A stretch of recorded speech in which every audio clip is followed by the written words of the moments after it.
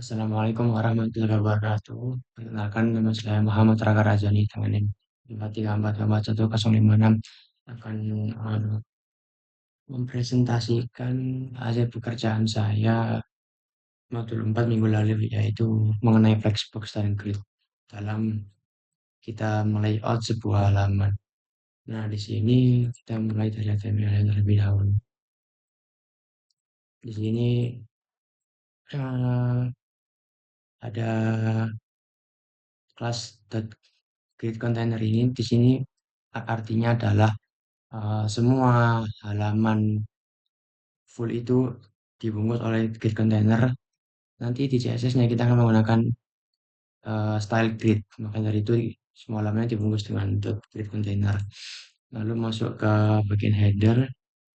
Di sini menggunakan teks semantik header.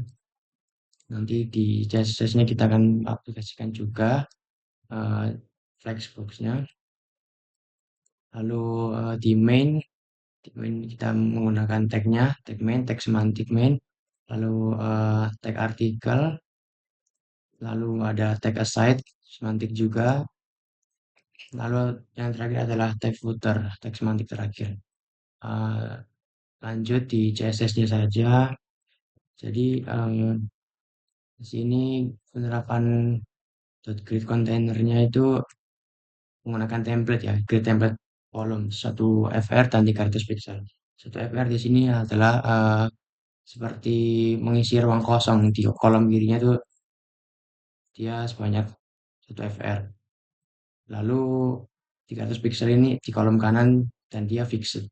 Lalu grid template terusnya untuk auto ini adalah auto yang pertama ini adalah header, dia otomatis tingginya berapa, lalu yang tengah ini mengisinya bebas, lalu yang auto ini footer, bagian footer, dia tingginya auto juga.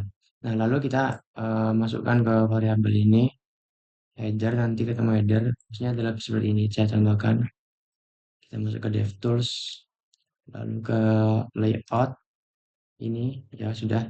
Nah, di sini sudah terlihat ya apa yang tadi grid template terus grid template column maksudnya itu 300 pixel. Nah, di sini terlihat 300 pixel dan ini 1 FR yang di kolom kiri. Lalu untuk grid template terus yang auto itu bagian header ini itu ya auto. Lalu yang bagian main itu dia mendapatkan value 1 FR dari sini hingga ke sini. Lalu yang footer dia auto. Em, Maka dari itu di grid template areasnya kita cocok-cocokkan header dengan header. Maksudnya adalah header yang ini bertemu dengan header yang ini, lalu main yang ini bertemu dengan sidebar, lalu footer yang ini bertemu dengan footer yang ini. Nah, lalu kita lanjut ke penerapan flexbox-nya. Untuk di header, kita mendefinisikan grid areanya yaitu header yang dari header ini dimasukkan ke sini agar grid area itu tahu bagian mana headernya dimasukkan, yaitu di header itu sendiri. Lalu ada di ini penerapan flexbox-nya, display flex, space between, dan center. Maksudnya adalah di sini kan ada belajar layouting workshop UI TM strip 4. Nah, itu dia flex apa? Dia kan flexbox dengan space between, yaitu di tengah di antara garis ini dengan garis ini itu ada space between ini, ruang sebanyak segini.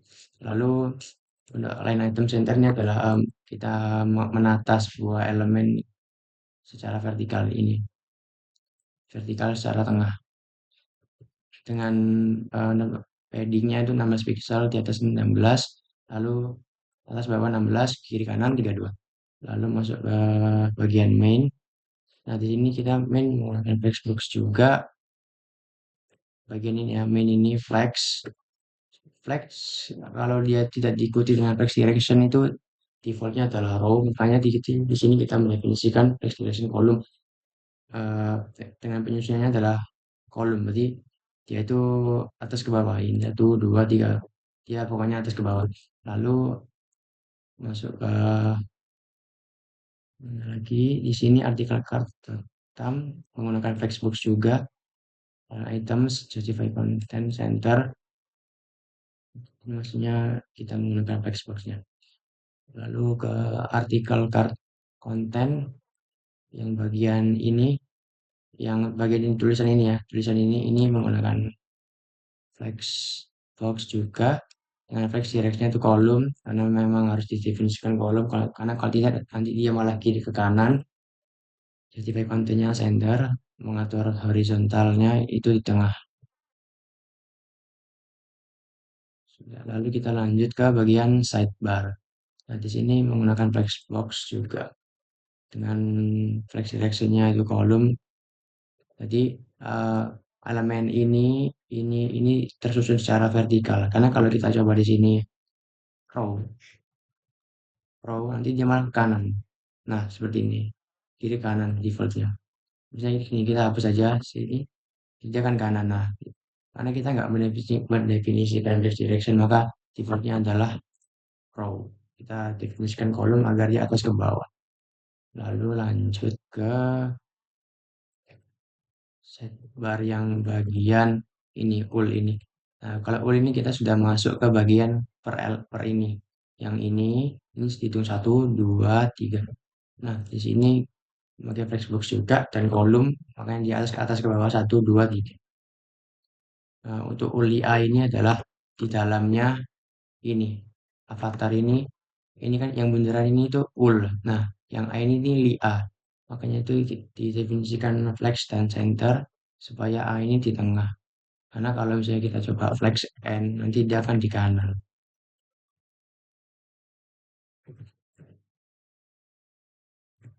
Sebentar. Oh, bukan sepertinya.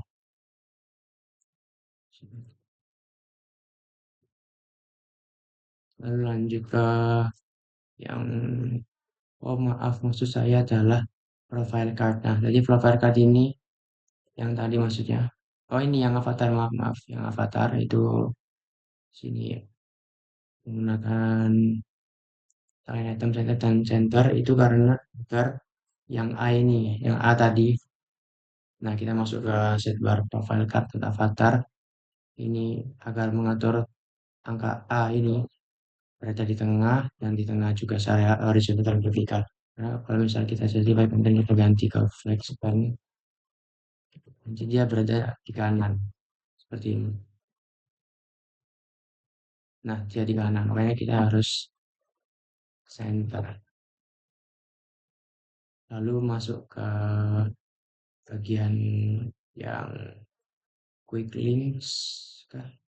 Quick links yang di tag cloud ini kita pakai flexbox dengan flex wrapnya itu wrap. Jadi adalah jadi di si tag ini dia walaupun kita kecilkan seperti ini tuh dia akan menyesuaikan itu. Misal areanya kurang dia langsung pindah ke bawah.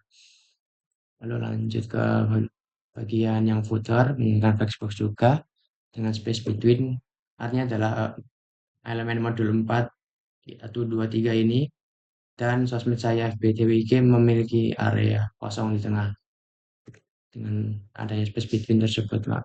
Dan align itemsnya black start dari kiri. Lalu bagian bagian social links A-nya ini menggunakan blackbox juga center dan juga center supaya ininya FBTWIG ini berada di tengah elemen maupun baik horizontal maupun vertikal, dan menggunakan media query juga supaya misal kita membukanya di HP itu menjadi menyesuaikan dia. Mungkin sekian dari saya. Wassalamualaikum warahmatullahi wabarakatuh.